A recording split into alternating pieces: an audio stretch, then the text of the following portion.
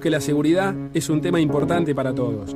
Por eso, seguimos trabajando en el sistema más ambicioso desde que Buenos Aires es ciudad, el nuevo Sistema Integral de Seguridad Pública.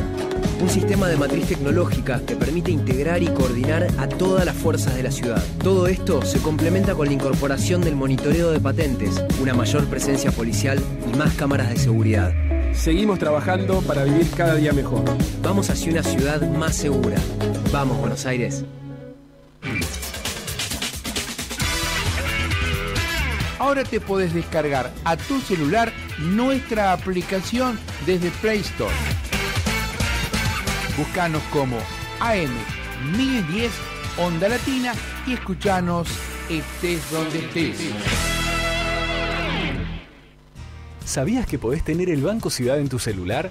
Hacé transacciones, localizá cajeros, pagá todo, recargá tu celular. Nueva banca móvil del Ciudad. Bájate la app y disfruta. bancociudad.com.ar. Banco Ciudad, te quiere ver crecer.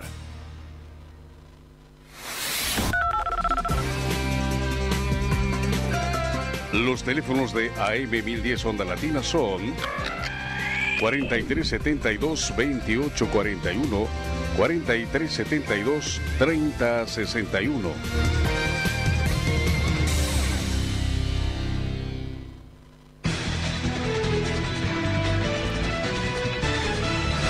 Fin del espacio publicitario.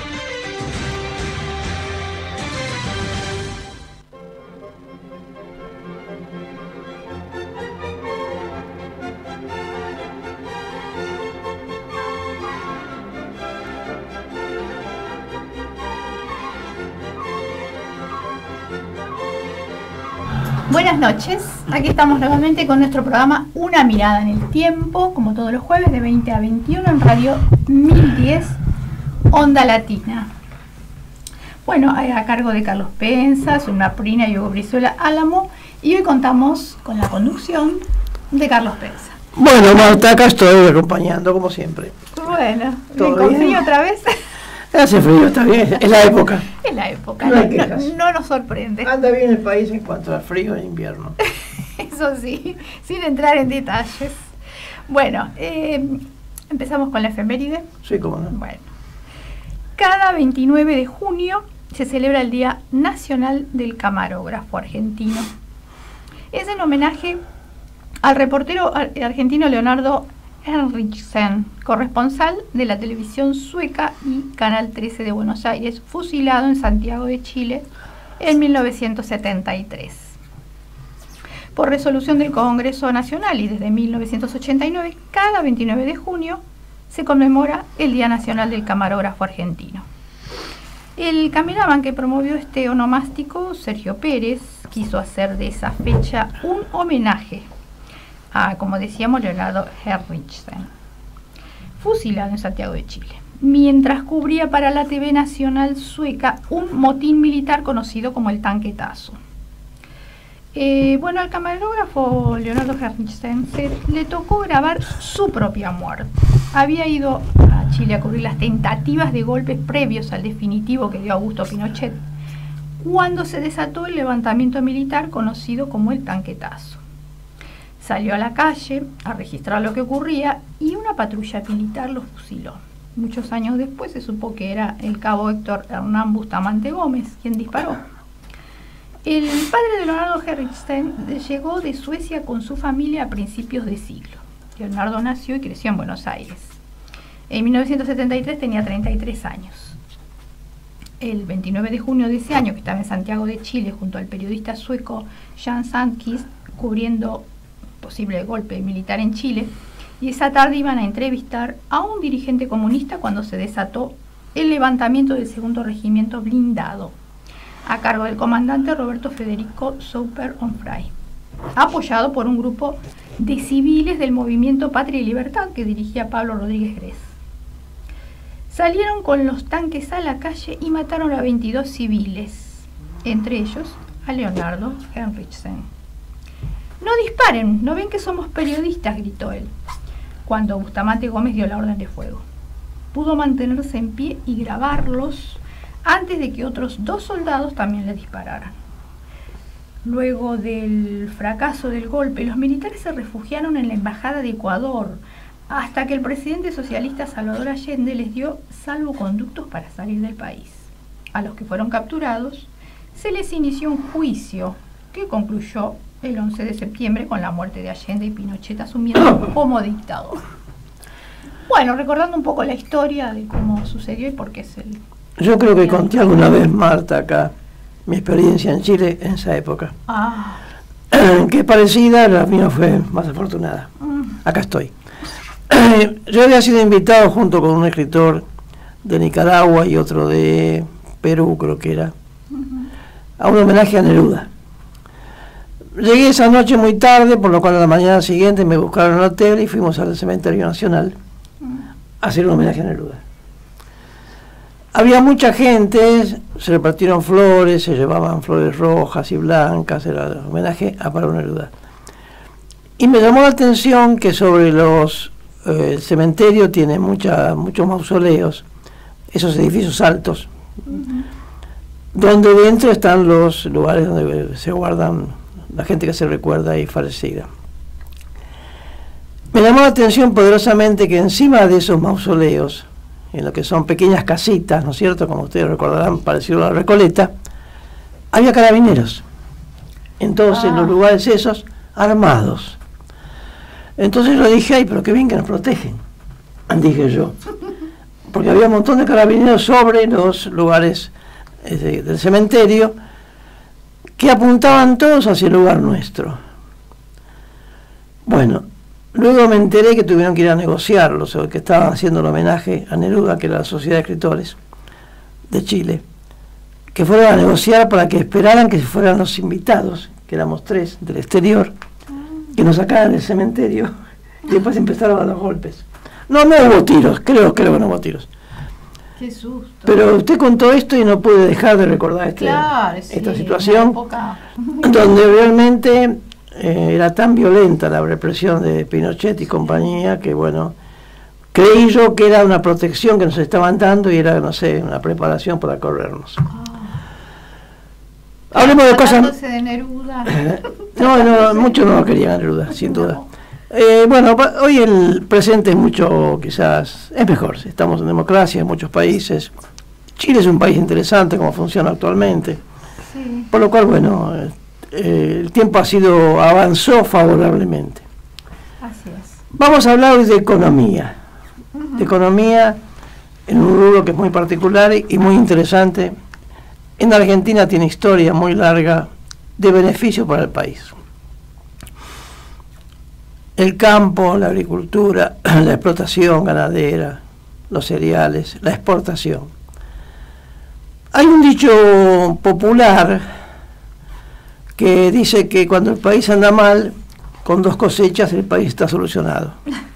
O sea, tal vez que la síntesis sea un poquito exagerada, pero de todos modos, efectivamente, el campo ha hecho durante muchos años, ha hecho de caja, digamos, caja económica, financiera, por su rapidez para producir alimentos, cantidad y calidad, y darle al país divisas, darle fondos, más impuestos, más todo lo demás. En los últimos años para atrás el campo estuvo bastante perseguido y, digamos, tuvo dificultades, impuestos, retenciones. Dicen muchos que lo que buscaba el gobierno anterior era presionarlos para quedarse con los campos, los que estaban en el poder. Pareciera que algo de eso, no sé si tan exactamente así, pero algo pudo haber ocurrido, porque las retenciones fueron enormes, las que se tuvieron, el campo dejó de producir, bajó la cantidad de ganado que existía, porque no convenía tener ganado, pues dado que era difícil venderlos, no convenía, y una riqueza que en Argentina siempre sirvió a todo el mundo, fue teniendo dificultades para producir y para exportar, por inconveniencias de todo tipo.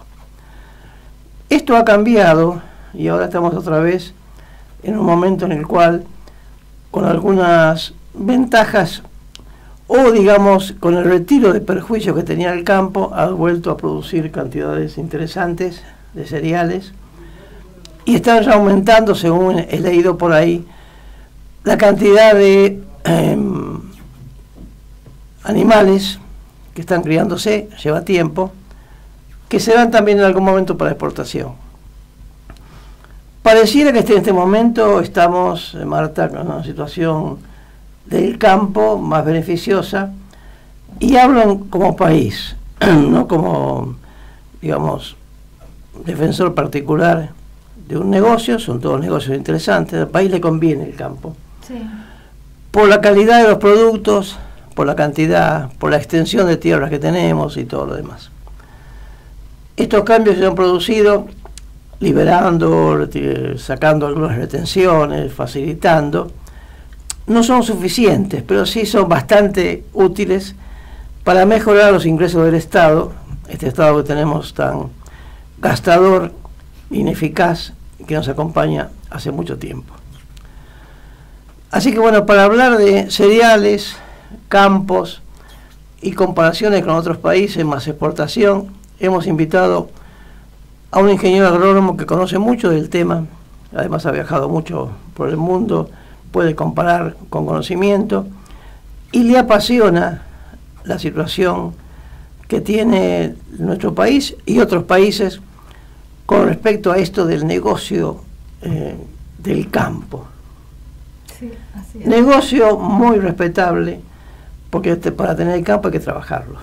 En general, los campos son explotados por gente muy trabajadora, y eso de los campos en manos de algunos pocos dueños que tenían grandes campos se ha ido borrando con el tiempo. De Roca para acá han cambiado muchas cosas. Los campos se han dividido por las herencias, por las rupturas familiares y por todo lo demás. O sea, el campo se trabaja mucho, se produce con calidad, supongo que sí, y se exporta continuamente la calidad argentina. ¿Digo bien, Leandro Pirbattisti? ¿Me equivoco? ¿Nos puedes ayudar un poquito a entender esto? Bueno, gracias en primer lugar, buenas noches, y bueno, quería agradecerles por la invitación. Por haber aceptado. No, por favor, para mí es un gusto.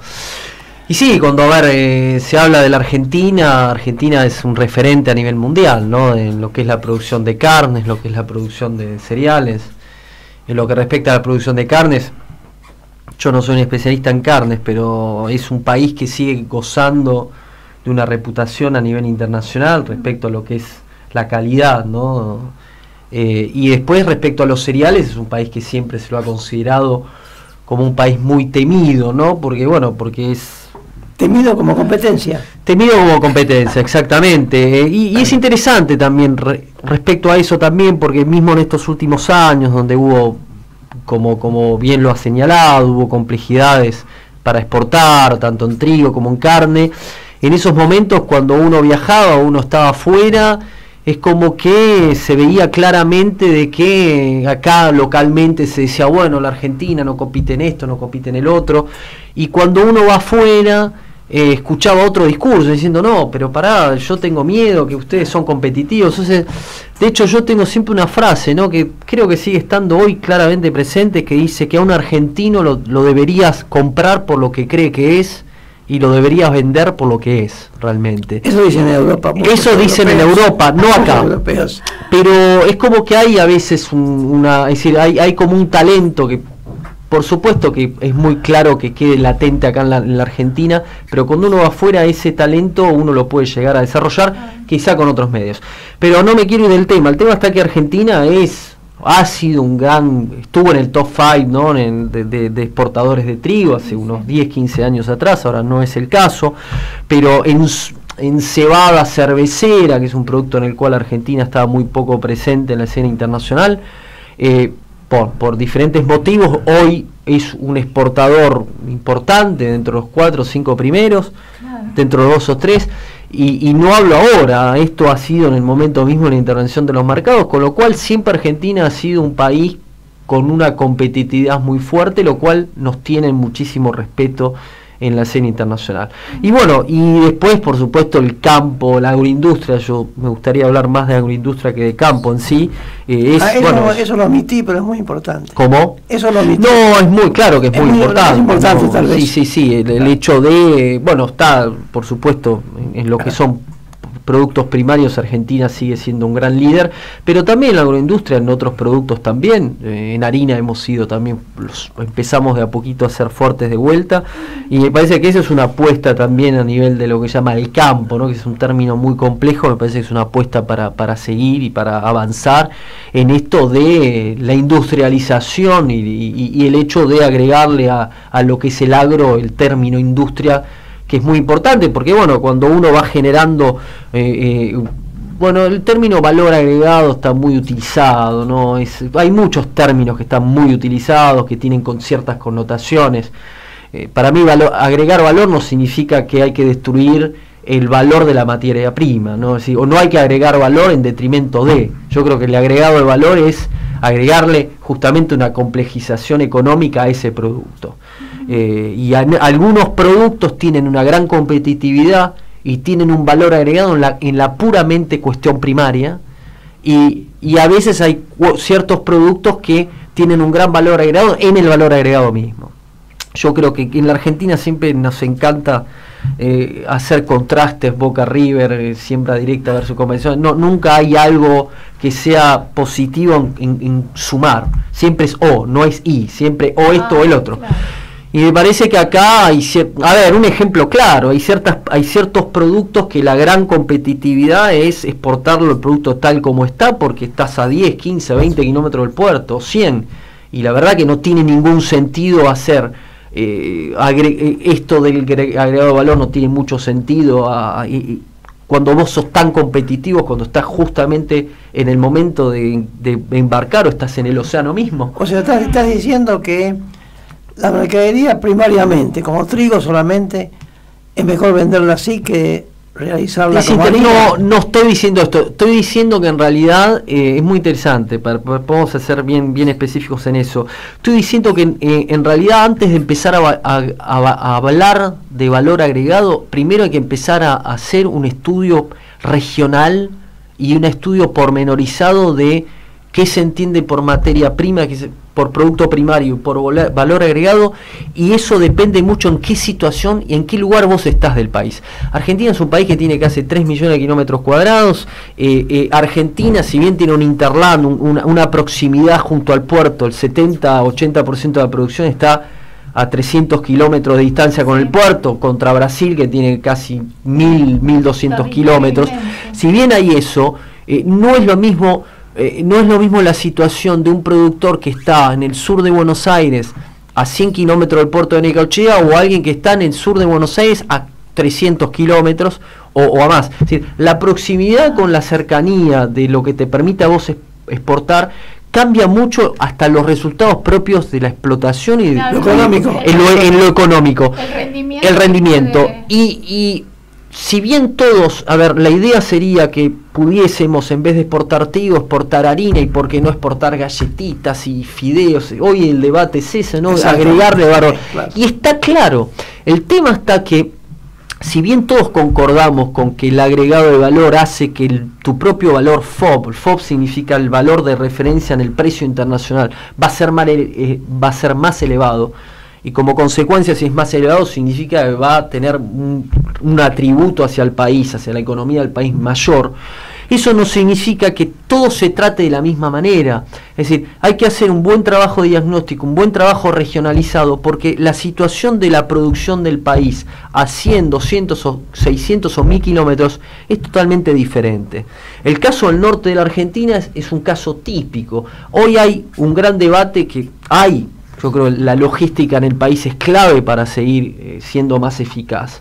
Pero también está la cuestión de decir, el caso del maíz, ¿no? El norte de Argentina está produciendo cada vez más maíz, porque también la producción de maíz se fue desplazando hacia el norte, hacia el centro.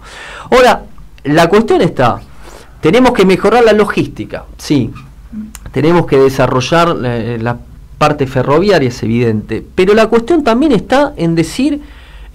si queremos transformar ese maíz en proteína animal, o sea que transformar ese maíz en carne, quizá nos permitiría, eso nos permitiría, ¿cómo decirlo?, acercar esa distancia geográfica tan grande que tenemos desde el punto del centro del país con el norte, ¿sí? Entonces, ¿cómo lo podríamos acercar? Industrializando en ese sentido un lugar que está lejano desde el punto de vista de la exportación y generar un mercado interno, y por qué no luego de ese mercado interno un mercado de exportación como puede llegar a ser el de las carnes.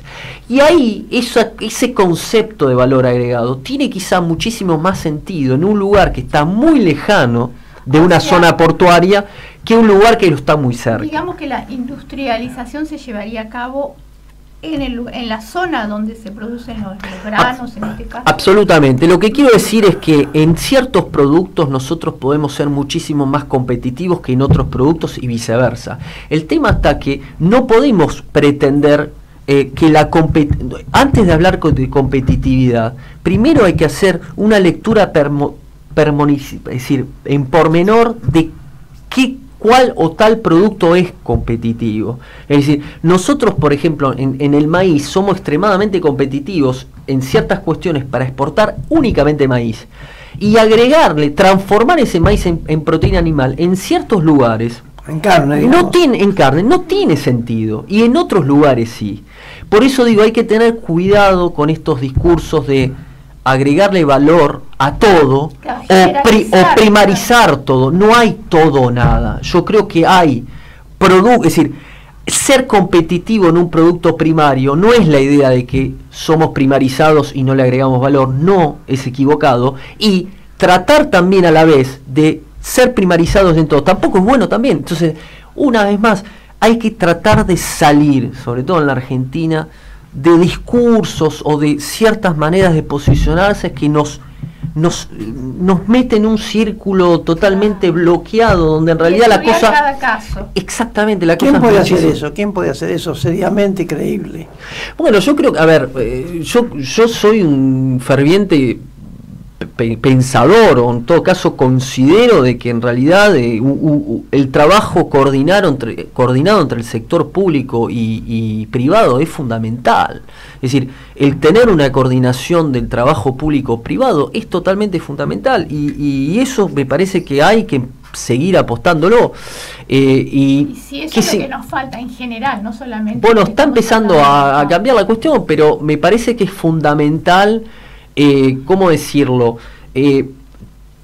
Tener un diálogo, pero un diálogo realmente en serio, ¿no? En el sentido de que, a ver, un ejemplo que yo pongo, ¿no? De Ámsterdam, el puerto de Ámsterdam es algo muy interesante que implica esto de esta cuestión pragmática que también tienen los nórdicos y que escapa un poco de esto de blanco-negro, Boca y River. El puerto de Ámsterdam, por ejemplo, es un puerto que es público, es un puerto que pertenece a la municipalidad, pero es un puerto que compite con Rotterdam, que es un gran puerto, ¿no? Y el tema está que lo que se dieron cuenta, que está muy cerca. ¿Qué se dio cuenta la municipalidad de Ámsterdam? La municipalidad de Ámsterdam se dio cuenta que en realidad ellos no tenían ningún tipo de know-how, de conocimiento respecto al comercio. ¿Por qué? Porque los grandes operadores, no quiero citar un gran operador que está acá, son ellos los que conocen el mercado. El mercado en los Países Bajos es un gran fuerte, el cacao, por ejemplo. El puerto de Ámsterdam es un gran operador de cacao. ¿Qué se dieron cuenta? Se dieron cuenta que necesitaban realmente de la colaboración íntima con el sector privado. ¿Y qué pasa? Porque ellos no tienen el contacto con el consumidor final, pero a la vez no querían tampoco caer en una privatización total. Y lograron una figura jurídica que no existía justamente allí, que era conservar, seguir teniendo la posibilidad de ni siquiera ir a una licitación, seguir teniendo el control público de ese puerto, pero que en el Consejo de Administración, un estatuto jurídico que ellos no lo tenían, que el sector privado pueda formar parte de ese consejo, y guardando a la vez esa especie de figura de controlor. Pero ¿qué pasa? Delegando 100% no solamente la comercialización, la figura comercial del puerto, sino que delegándole la autoridad suficiente para que el sector privado, son 4 compañías que están ahí, puedan decidir lo que ellos consideran lo mejor para el comercio, sin que la municipalidad interfiera en eso, pero siempre guardando no un pensamiento o una última opinión en lo comercial, porque lo comercial ellos dijeron, nosotros de esto no sabemos nada, ustedes son los que saben. O sea, en este caso estarías conversando algo interesante, que es respetar al que sabe. Absolutamente. Y solamente controlarlo como Estado. Exactamente. No es tan difícil de conseguir. Pero en Argentina no tengo mis dudas, Marta. Argentina tenemos el Estado más ineficaz. Yo lo he dicho muchas veces en broma y en serio. Los países miran al Estado argentino como ejemplo de lo que se debe hacer bien al revés. Tenemos un Estado muy ineficaz, absolutamente sobrecargado de personal, con 1000 problemas. No, y de coordinación ni hablar, no existe. Por lo cual esto que dice Leandro Piribattisti es muy interesante, pero de todos modos, ¿cómo sería acá el manejo? Porque acá enseguida aparecen los cuestionamientos blanco o negro. Esto se privatizó, dirían muchos. Sí, no hay un o es la nacionalización, es decir, lo que yo de hecho lo he tratado, es un caso, de hecho yo tengo una amistad con el director, hoy que es el director del puesto de Amsterdam, y lo hemos charlado mucho porque yo hasta le he preguntado esta cuestión, porque en Europa también está esta cuestión de la oposición entre lo público y lo privado, ¿no? En ciertos países. Pero digo, ¿cómo han logrado esto de no evitar esto de, por un lado, la nacionalización absoluta y por otro lado la privatización absoluta? Y lograr algo que tampoco es intermedio, en todo caso lograr algo que en lo que responde es una eficacia, pero esa es la palabra, que haya una eficacia y que haya una eficacia que responda también al interés general. Y me parece que ese es otro término que me parece que hay que empezar a hablar. De algo se habla muy poco en la Argentina, que es el interés general. Y el interés general es para mí tiene que ver con la eficacia, porque interés general significa que es el interés de todos. Claro, y cuando el interés de todos está compartido, significa que todos al fin y al cabo, claro, y en un bienestar nada hay color de rosa, porque en un bienestar siempre, como en con todo contrato social, sin hablar de Rousseau, porque tiene que ver mucho con eso, pero en todo contrato social siempre hay algo que uno se beneficia y uno cede.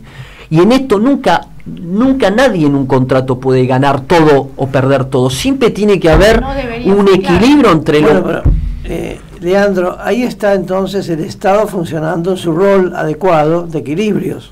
Totalmente. Y no arrogándose la pretensión de que 4 o 5 ignorantes, porque los votan, van a decidir todo lo que tienen que decir porque no saben de qué se trata. No, absolutamente. Están aprovechando en ese sistema la experiencia de gente que sabe, sin dejar que hagan lo que quieran, con el control estatal.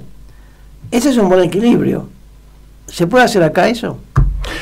Yo creo que lo que hay que empezar a tratar de pensar es en estructuras, no estructuras para que esas estructuras estén a su vez manejadas para gente que después puedan agarrar esas estructuras. Pero yo creo que hay algo que me parece que escapa a los partidos políticos, o dicho de otra manera, que debería ser el conjunto de los partidos políticos, que traten por colegios o por comisiones, o llámese como se le llame, de tratar de que tarde o temprano el Estado trascienda los intereses partidarios o los intereses individuales que tal o cual puede llegar a tener. Es inevitable que, claro, es el camino. Es el camino. Ahora, hay algo que llama, bueno, no quiero, lamentablemente es difícil porque uno compara, pero en Francia algo está cambiando, pero hay algo que sigue más o menos conservándose, es que hay algo que se debatió mucho. Primero es la cuestión de que cada 5 años te da la impresión que no es lo que no cambia, que lo que cambia es el gobierno, pero hay una cultura en la gente, una cultura mismo popular, de que tiene la sensación de que van a cambiar los partidos y los candidatos, pero que el Estado sigue siendo el mismo. Pero el Estado en Francia tiene gente que ha hecho cursos para hacer esto. Bueno, a eso es lo que quiero llegar. No sé, que hay funcionarios, absolutamente. Entonces hay concursos que son muy difíciles para estudiar, hay concursos, todo pasa por un concurso, exactamente. Cantidades limitadas. Y hay también, que eso se debatió, es que hay cómo el Estado controla el Estado. Y eso es algo que es decir, cómo la policía se controla a sí misma. Entonces esas son discusiones hace 60, 70 años, en la Quinta República, discusiones, es decir, por eso hay lo que llama la policía de la policía, la justicia de la justicia, es decir, cómo un policía puede tener, es decir, cómo un policía cuando ni siquiera comete lo que sea, es inocente pero está, por ejemplo, imputado, es decir, entonces hay toda una idea de cómo tratar de evitar caer en, por ejemplo, hoy se está debatiendo mucho en el conflicto de interés, por ejemplo, cómo tratar de abordar el conflicto de interés. Entonces son cuestiones, me parece, que son fundamentales para tratar de no caer en esto de que es fulanito o menganito. Entonces tratar de empezar a despersonalizar las cuestiones y empezar a responsabilizar la sociedad en su conjunto, porque creo que también, nos estamos escapando un poco del tema agroindustrial, pero me da la impresión de que a veces hay como una especie de delegamos responsabilidad en todo sentido, y que creo que en muchas cosas somos también responsables en un montón, o responsables en los debates o en los diálogos, o en cosas que a veces vemos afuera, qué bien, cómo funciona, y vos decís, pero ¿sabés cómo funciona eso así? Funciona por esto, y funciona por esto, y esto, vos no lo estás haciendo. Entonces, y ahí no es la culpa, es decir, no es el poder en sí, el poder también lo formamos nosotros, y me parece que ahí hay una especie de responsabilización de las cuestiones, y bueno, y ahí responsabilidad. Leandro P. Battisti, te pregunto algo porque has entrado en un tema que es muy importante. En muchos países, sobre todo en Francia, ser funcionario significa haber hecho una carrera determinada. Sí. Esto escuchémoslo muy bien. No se llega a funcionario por el acomodo parental, amistoso, o lo que sea de una persona. Esto es así, ¿verdad? Hay una carrera administrativa. Sí, absolutamente. En Argentina no, en absoluto. Cualquiera que tenga algún tipo de acomodo consigue un puesto público. O dinero para pagar la candidatura. No, exactamente. Todo ese tipo de perversiones hay que analizarlas frontalmente. Nos vamos del tema, pero también estamos hablando de tiene que ver también. interés general, Leandro. Es muy importante esto. Y tu ejemplo llama a conversar el tema porque es muy importante. La calidad del Estado, lo cual en Argentina no existe. En Argentina todos los puestos están dados en base a conveniencias, acomodos y cosas por el estilo. Ni que hablar la sobredimensión del Estado argentino, lo cual por su cantidad de personal que tiene se hace poco eficaz. Y lo último, antes de escuchar música para que sea más grato, hemos visto en esta última época algunos tontos criticando porque en el gobierno hay muchos gerentes. Y yo me pregunto, pero si son gerentes, han trabajado. Los políticos funcionarios, ¿de qué trabajaron antes? En general. Estamos haciendo una cuestión, como decías antes, de blanco y negro, un poco estúpidamente. Porque un individuo que es gerente de una empresa o algo por el estilo, ha trabajado seguramente toda su vida y no está mal que sea gerente. Sobre todo a la luz de la mala experiencia de la política argentina, donde se ha llegado a cargos muy importantes sencillamente por un montón de trenzas, acomodos, conseguir dinero para la propaganda y todo lo demás, y no por cualidades y prestigios valiosos en algo. Tampoco lo exige la gente, digámoslo, hablando de la cadena de responsabilidad. Marta todavía es mucho más severa que, claro, por supuesto, criticando al responsable. Sí. Claro. Bueno, un poquito de música, después seguimos más alegre. Dale, gracias. El campo como sí. Bueno, como la semana pasada empezamos con música de Tomás Lipán, continuamos con él. Bueno, él ha cantado en escenarios nacionales e internacionales como el Cusco, México, Perú, Bolivia, también en Londres, Berlín, Miami, Japón. Últimamente realizó con gran éxito recitales en teatros de Humahuaca y de Mendoza. Es uno de los exponentes más representativos de la cultura de su provincia y destacada figura de nuestro folclore. De los hermanos Abrodos, el carnavalito Hoy Estoy Aquí. Escuchamos.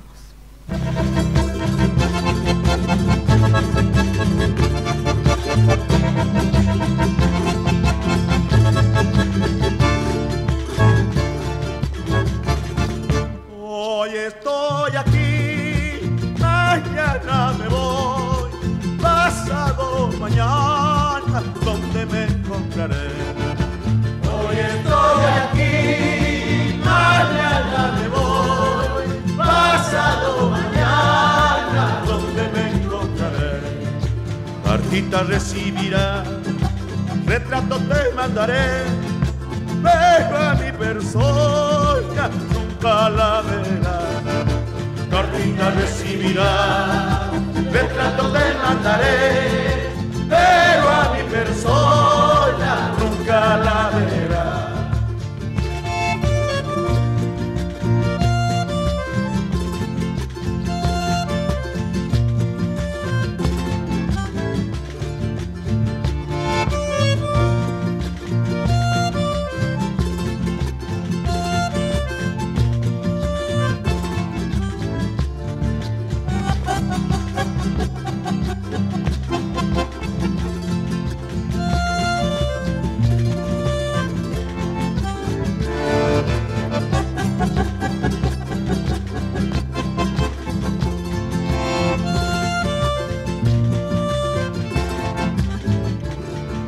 Mañana me voy, lejos yo me iré, y ahí ser mi destino donde me encontraré. Mañana me voy, lejos yo me iré, y ahí ser mi destino donde me encontraré. Cartita recibirás, retrato mío tendrás, pero a mi persona nunca la verás. Cartita recibirás, retrato mío tendrás, pero a mi persona nunca la verás. Pero a mi persona nunca la verás. Pero a mi persona nunca la verás.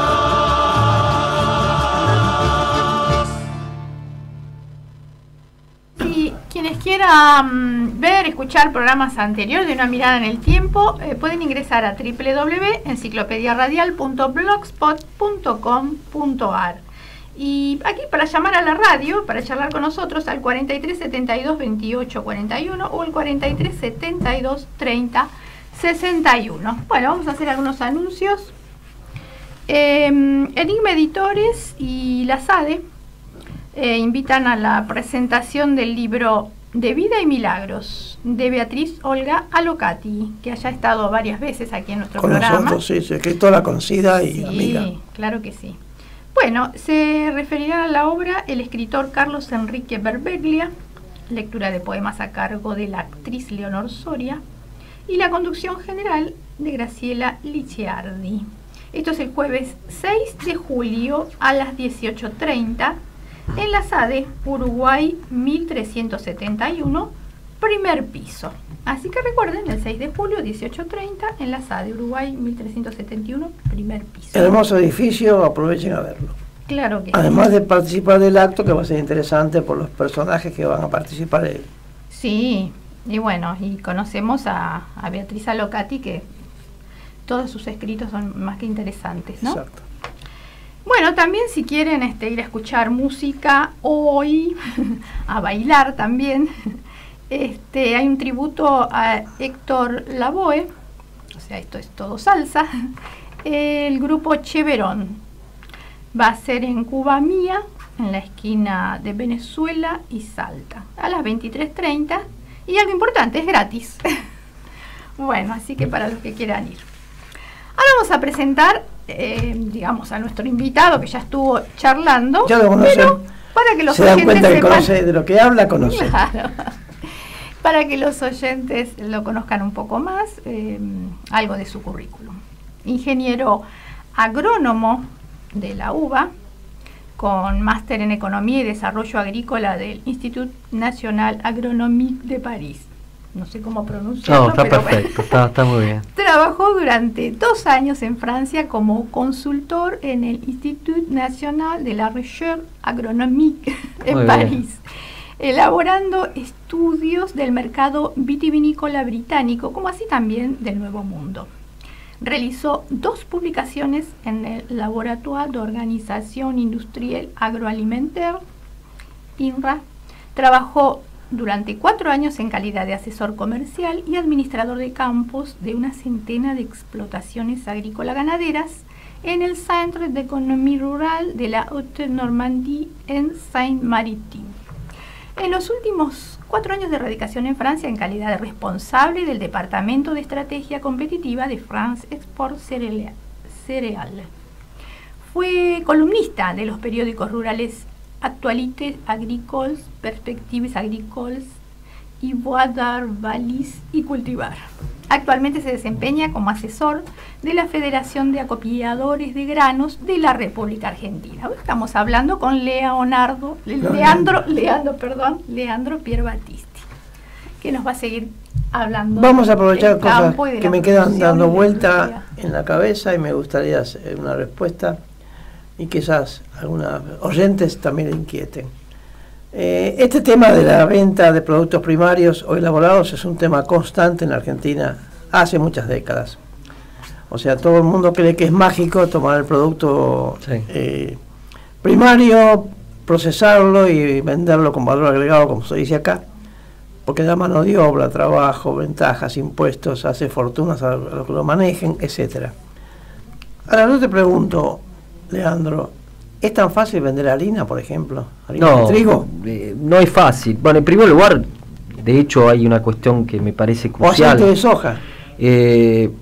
Primero que no habría que castigar, es decir, una vez más, insisto, hay productos en los cuales, que tal como está, ya de por sí tiene un valor agregado, porque para tener una determinada calidad en un producto primario, un trigo, sin que sea harina, exportándose como grano, es extremadamente complejo, porque no es un commodity, es más un speciality, porque para hacer pan, justamente diferentes tipos de pan necesitan o requieren diferentes tipos de calidades de trigo, con lo cual el trigo no es algo homogéneo, detrás del trigo hay diferentes tipos de calidades. Lo que pasa es que después hay países como Canadá, Australia, Estados Unidos que han logrado toda una especie de trabajo de marketing para lograr que ese producto primario se complejice. Y después dentro de un producto primario está el proceso tecnológico de una variedad, de un montón de cosas que ya tiene por sí un valor agregado. Y uno puede ser muy competitivo en ese sentido y puede lograr que a nivel nacional ese tipo de producto le dé un beneficio redituable muy grande al país. Por un lado, o sea que no habría que caer con el hecho de que esa primarización es mala. Pero a la vez, eso no significa que digamos, bueno, todos los productos los tenemos que vender de esa forma. ¿Por qué? Porque hay muchos productos o hay una búsqueda en ciertas cuestiones en las cuales sería totalmente impertinente quedarse en ese producto primario y no justamente aprovechar una competitividad que este país tiene en un montón de cosas. Entonces no hay que, una vez más, ni blanco ni negro, creo que hay que empezar a sumar. En el caso del trigo, sí, por supuesto, Argentina exporta harina, ¿sí? Argentina ha llegado a exportar más de 1 millón de toneladas de harina, ahora está alrededor de 300, 400.000, y puede volver a otros tipos de mercados. El tema está que lo que hay que saber es que, por ejemplo, África del Norte, por ejemplo, países como Libia o Egipto, hace 20, 30 años atrás, eran los principales importadores de harina de Francia, no de trigo. Eran países que importaban puramente harina. ¿Qué hicieron estos últimos 20 años? Son países que empezaron a construir molinos en sus propios países respectivos y pasaron de importar harina a importar trigo.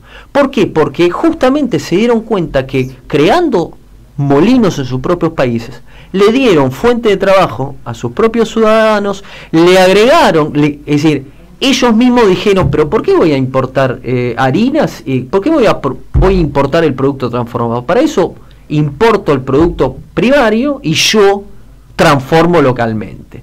Entonces, ¿qué sucedió? Hoy en día hizo que han aumentado en forma exponencial. Todo el aumento demográfico que estamos teniendo en los últimos 20 años se dieron en función de un aumento en grano y no en harina.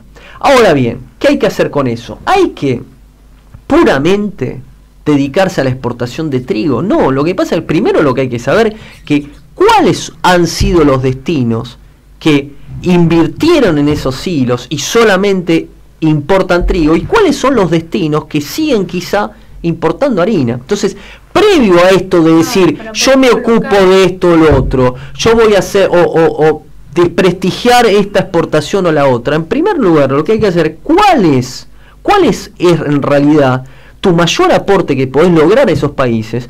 ¿Cuál es empezar a integrar no solamente el producto transformado, sino otros. Es decir, lo que nos estamos, y eso es logística, lo que nos estamos dando cuenta que hay muchos países que te importan un producto, o quizás no quieren importar ese producto, y vos decís, uy, no quieren importar ese producto, entonces no está bien. No, porque quizá no te importa ese producto, pero te puede importar otros. Entonces, una vez más, la harina no solamente habría que verla como harina, sino lo que hay que ver es un conjunto de productos que se coordinan entre sí, porque quizá a esa persona, a ese país en particular, tal producto le sirve poco, pero quizá le sirve mucho en otro producto en el cual vos sos oferente. Y ahí hay que atacarse a algo que es muy complejo, no solamente en la Argentina, sino en otros países del mundo, que es la competencia no solamente entre empresas, sino entre sectores.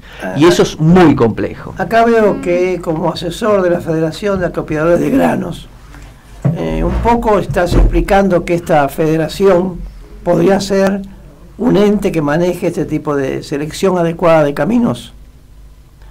¿Qué hacer? Si exportar una cosa, si exportar otra, si cambiar. La Federación de Acopiadores de Granos, ¿qué visión tiene? ¿Qué hace? ¿Hace esto que contaste? Sí, bueno, la Federación de Acopiadores es una gran institución que se ocupa justamente hace la interfaz entre la producción y el consumidor final. Y tiene un gran... ¿Local o exterior también? Local, puramente local, pero local en el sentido de que origina granos únicamente en el territorio nacional. Originar granos significa que compra los granos a los productores y se los vende a la industria o a la exportación. Y se puede hablar de una actividad internacional porque hay acopiadores, colectores de granos que también exportan, ¿no? O sea, que están involucrados en la escena internacional.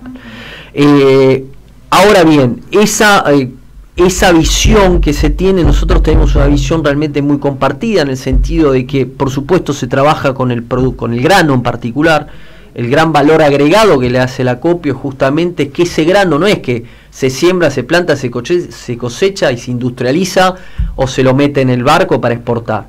Tiene que haber todo un trabajo, porque ese grano tiene que tener una determinada humedad, tiene que tener una determinada calidad, y después las calidades de los granos. Una vez después de colectado, ¿aún sigue todo ese control? Absolutamente, porque los compradores internacionales o la industria nacional no pide trigo. La industria nacional pide trigo de un determinado porcentaje de proteína, de gluten, de fuerza panadera, de peso específico del grano. Hay toda una complejidad. Con la soja pasa algo similar. Se necesita tener una soja libre de ardido, libre de dañados. Es decir, el grano tiene que estar seco, limpio, en condiciones.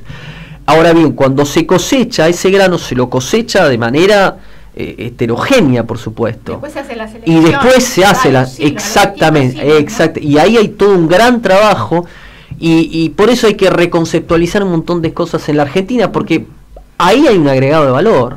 Es decir, cuando uno está seleccionando tal o cual producto para que ese producto responda a determinadas características, fíjense ustedes, con los que nos están, los oyentes que nos están escuchando, prueben hoy, se van a dar cuenta, pero fíjense la diferencia que hay entre un miñón y un pan de miga, entre un pan de miga y un pan de pancho con un pan árabe que es plato, chato. Entonces, todos esos diferentes formas y consistencias y gustos se lo da a los diferentes tipos de calidades que hay en el trigo, y para ello hay que seleccionar. Entonces ahí el acopiador tiene un rol. Y el acopiador, ¿qué le importa? Le importa que haya un trabajo del grano, y también le importa también que ese grano se industrialice, porque de hecho por eso hay que complementar y no rivalizar, porque a nosotros nos conviene que ser competitivos en la exportación de ese grano o la industrialización de ese grano particular, y quizá también nos interesa que seamos competitivos en el aceite o mismo en la harina, ¿sí?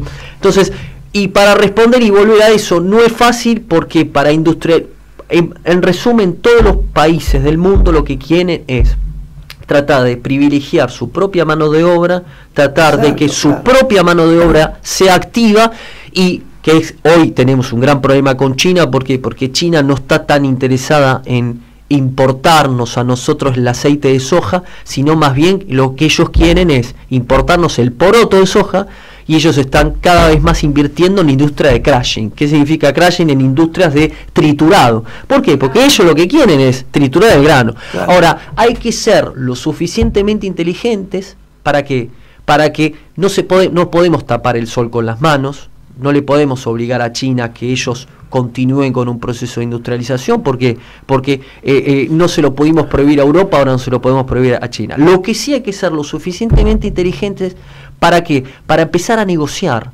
porque China sí está abierta a la negociación, pero para negociar con China hay que saber. ¿Y qué es negociar? Es tratar de ver cómo convencer a ellos para decir, che, nosotros dejamos que ustedes industrialicen, pero tampoco vamos a ver en qué nos pueden permitir venderles valor agregado. Beneficio mutuo. Beneficio me interesa mucho China. Absolutamente. Y te voy a comentar algo. Hace unos años salió una noticia por allí que comentaba que el campo de los chinos, o sea, los campesinos chinos, eran muy reaccionarios, estaban en contra de modernizarse, de hacer cambios.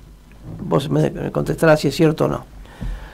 Pero de todos modos comenzó China hace 6, 7 años, 8, una campaña para cuando estaban las sojas $600 la tonelada.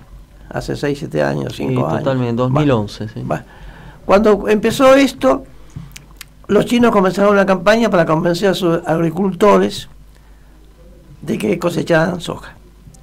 Parece que los convencieron, que hubo no sé si es cierto lo que te estoy diciendo, me confirmarás si sabes el dato. Parece que los convencieron y en el acto, en un par de años, la soja bajó de precio casi a la mitad. ¿Algo de esto es cierto? Bueno, hay algo hablo del poderío chino, a esto quiero hablar. Hay algo que es interesante, bueno, hablando de corto plazo, largo plazo, ¿no? China es un país que, milenario, ¿no? Con cultura milenaria, pero es algo muy interesante y a la vez contradictorio, porque se lo tiene a China, por supuesto, un país, una cultura oriental de miles de años, y como que en China todo es el largo plazo. En China hay planes quinquenales, ¿no? El Partido Comunista Chino lanza cada 5 años un plan quinquenal en el cual se orienta diferentes cuestiones respecto a lo que es la economía, y la agricultura es el eje, y más que la agricultura yo diría que uno de los principales ejes de toda la vida que fue en China es la seguridad alimentaria.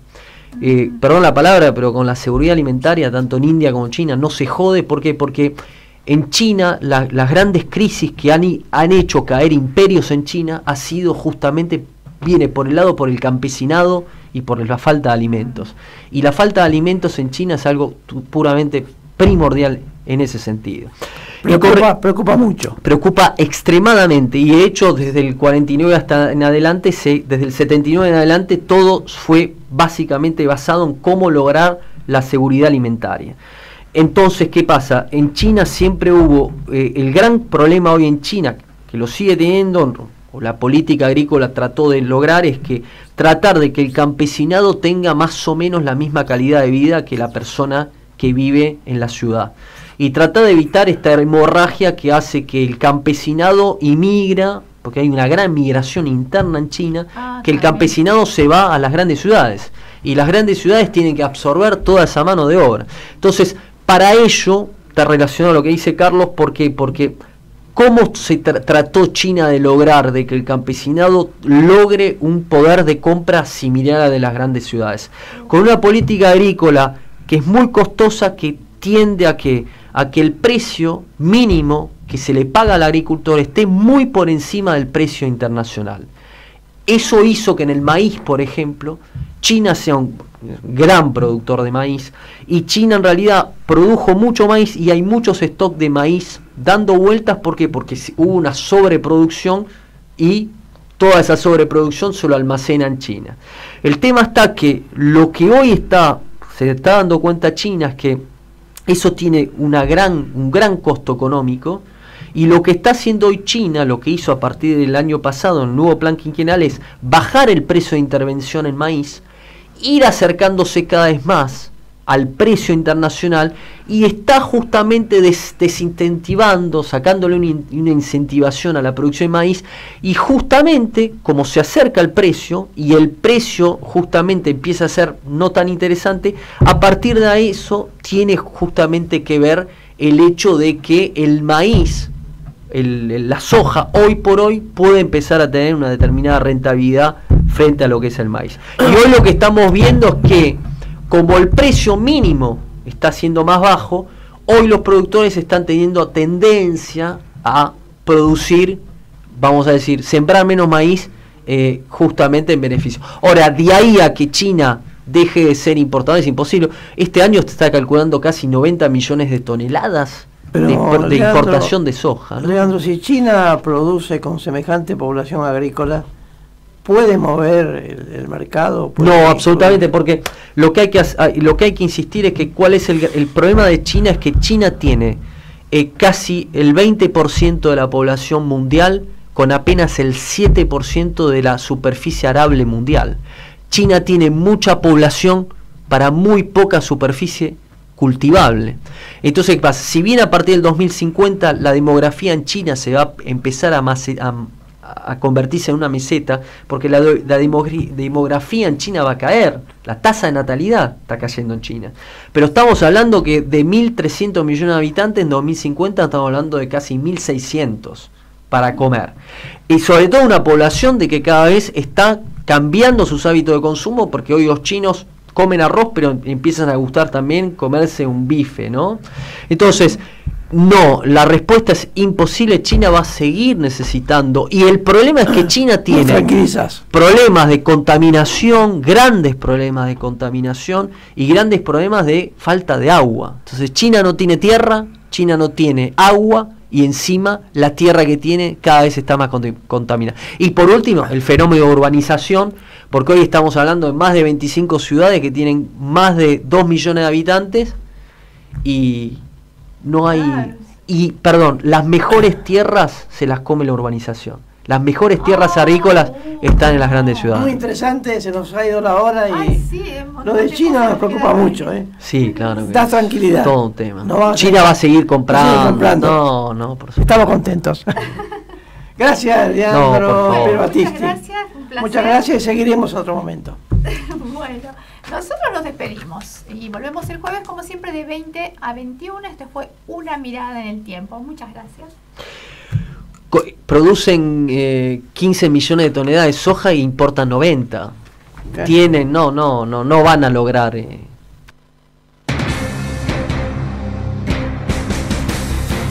Desde la ciudad autónoma de Buenos Aires transmite AM 1010 Onda Latina.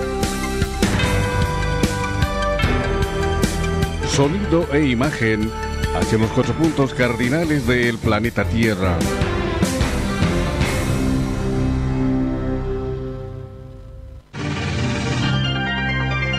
Espacio publicitario.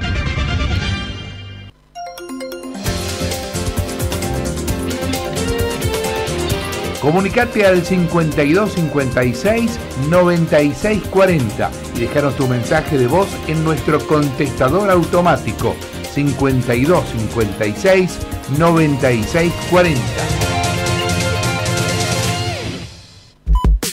Si tenés un programa de radio, un diario, una revista o manejás un medio digital, del 1 de junio al 31 de agosto está abierta la inscripción de medios vecinales para las producciones independientes radiales, gráficas